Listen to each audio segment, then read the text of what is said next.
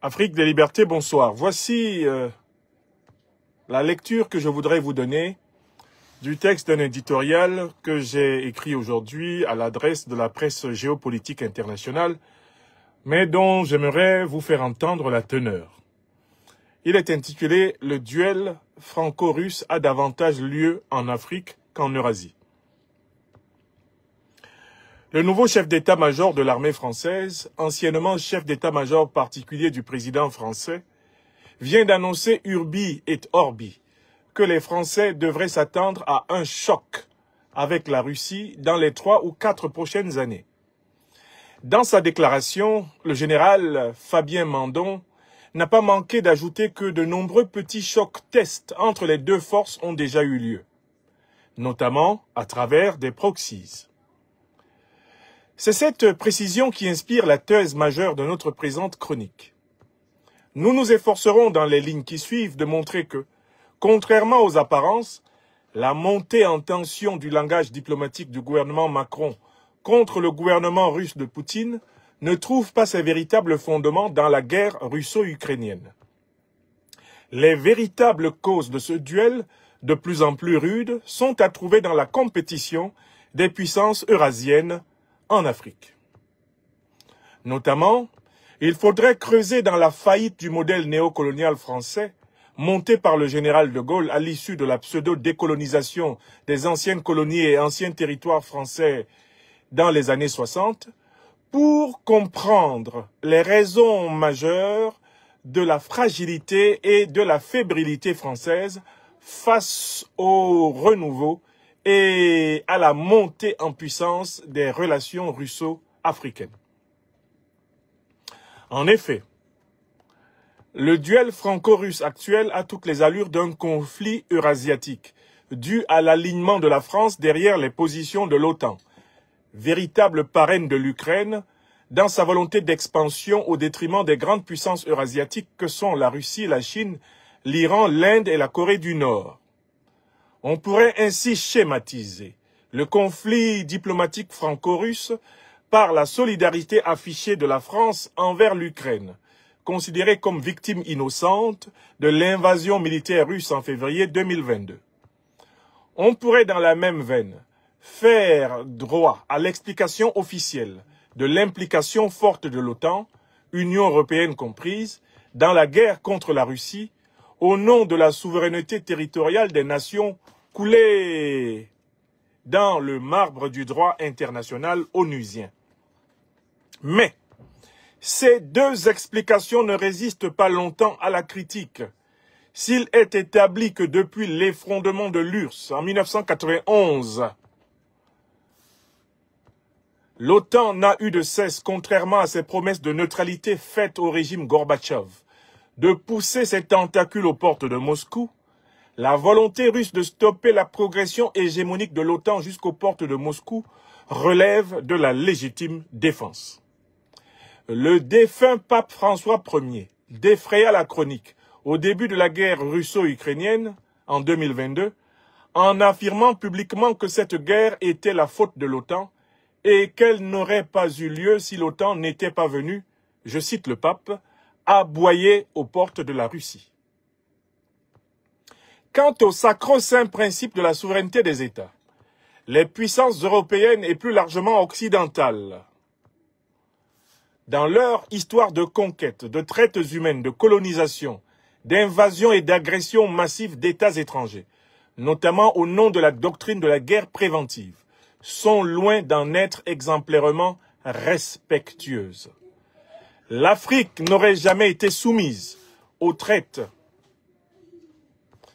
L'Afrique n'aurait jamais été soumise aux traites, aux conquêtes coloniales, au partage de Berlin, aux invasions et occupations militaires occidentales, aux traités léonins, aux accords de coopération et de défense scandaleux de la France-Afrique, si les puissances occidentales respectaient le principe de la souveraineté des États.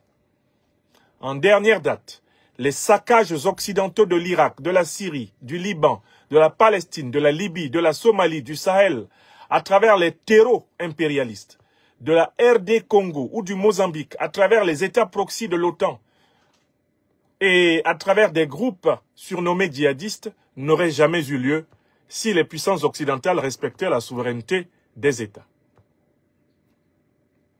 De telle sorte qu'il faut clairement en revenir au théâtre le plus frontal du duel entre les régimes de la Russie et de la France aujourd'hui pour comprendre les aspirations officielles françaises devant la calme détermination russe.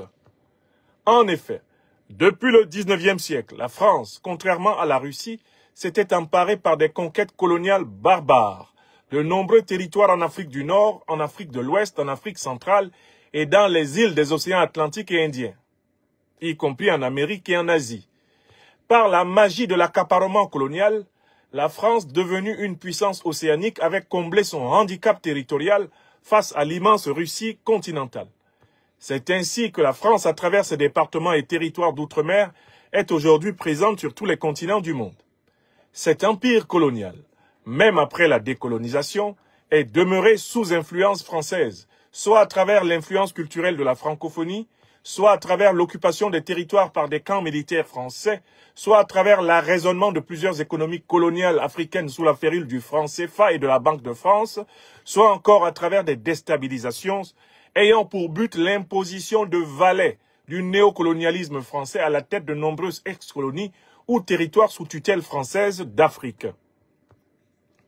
De facto, la puissance française des XXe au XXIe siècle a été essentiellement bâtie sur l'exploitation privilégiée des ressources naturelles, humaines et culturelles de ces anciennes colonies et territoires sous tutelle.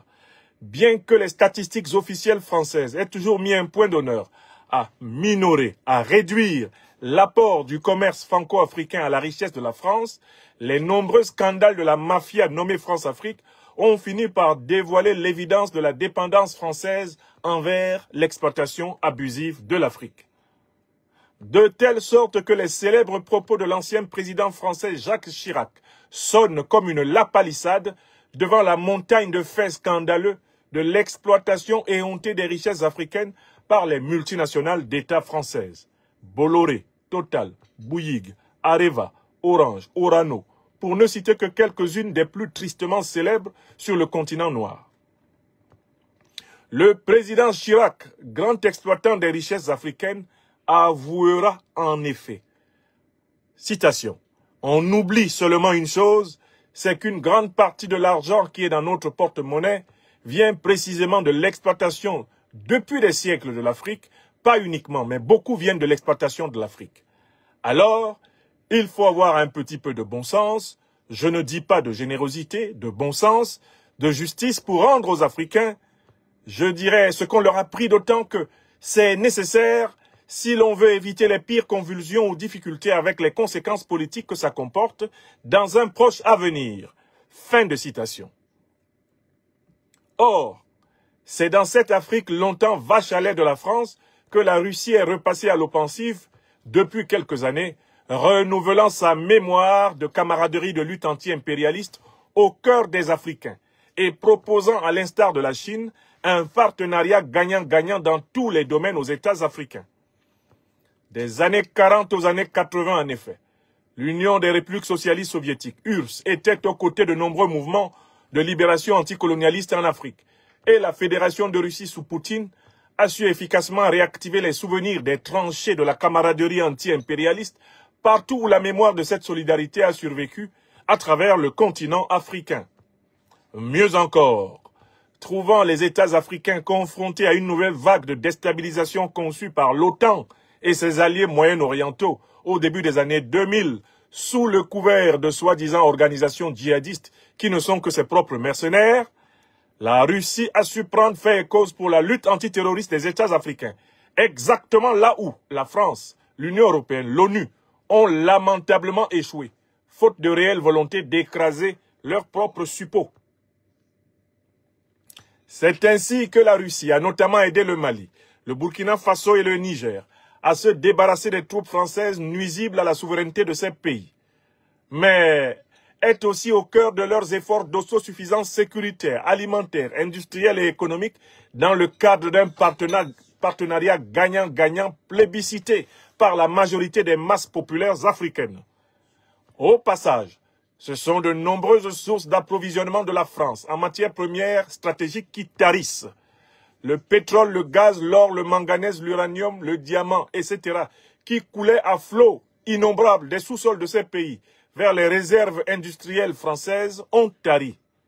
D'où la terrible crise financière, budgétaire, économique dans laquelle s'enlise la France contemporaine. Cette tendance baissière de l'économie française est d'autant plus incontrôlable que le discours officiel français niait aveuglément la dépendance de l'économie française envers les économies africaines, tout en s'y appuyant mordicus. De telle sorte qu'on sait rétrospectivement que quand Emmanuel Macron disait que l'Afrique est l'avenir de la France, c'est parce qu'il avait pris cruellement conscience que l'Afrique était le présent de cette France jamais décolonisée. On peut donc dire, en conclusion sans risque de se tromper, que le conflit armé qui oppose aujourd'hui les armées sahéliennes avec les groupes terroristes mercenaires de l'OTAN est indirectement un conflit armé entre la France et la Russie, puisque d'une part, la France soutient activement les réseaux de déstabilisation du Sahel, à l'instar de son rôle majeur dans le saccage de la Libye en 2011 et dans la médiatisation du terrorisme sahélien. Et d'autre part, on voit qu'elle combat donc la Russie qui, elle, soutient directement la lutte antiterroriste sahélienne, y compris par la présence de ses experts militaires aux côtés des armées maliennes, burkinabées et nigériennes en lutte concertée pour leur souveraineté. Les coups durs portés aux organisations terroristes au Sahel sont vécus comme des défaites personnelles à Paris. De même, les coups durs des organisations terroristes contre les populations et les États sahéliens sont vécus comme des victoires personnelles à Paris. Pour le savoir, il suffit de s'imprégner des lignes éditoriales de la presse d'État française, meilleure promotrice des actions des groupes terroristes au Sahel, et en même temps démolisseuse de l'image de marque des gouvernements révolutionnaires sahéliens, traités de tous les noms d'oiseaux dans ces colonnes. Certes, rappelons pour conclure que l'engagement européen, et donc français, sous le diktat américain en Ukraine est l'une des causes évidentes de la crise économique française actuelle. La réduction des flux gaziers et pétroliers russes vers l'Europe se paye d'une crise énergétique aux conséquences terribles pour les ménages français. Avec la hausse fulgurante du coût de l'énergie, c'est l'ensemble de la vie qui coûte plus que jamais très cher aux Français. Mais la perte d'influence en Afrique représente sur le plan économique une perte encore plus grave pour Paris, en raison de sa dépendance néocoloniale envers l'Afrique, que pour les États européens décolonisés. Cette dégringolade africaine de la France a des conséquences psychologiques, sociologiques, politiques, diplomatiques et géopolitiques qui n'ont d'ailleurs pas fini de révéler leur ampleur apocalyptique. Comment, diantre, aurait-on pu éviter cela en décolonisant en profondeur le modèle français, quand on en avait encore le temps? À présent, il se fait trop tard.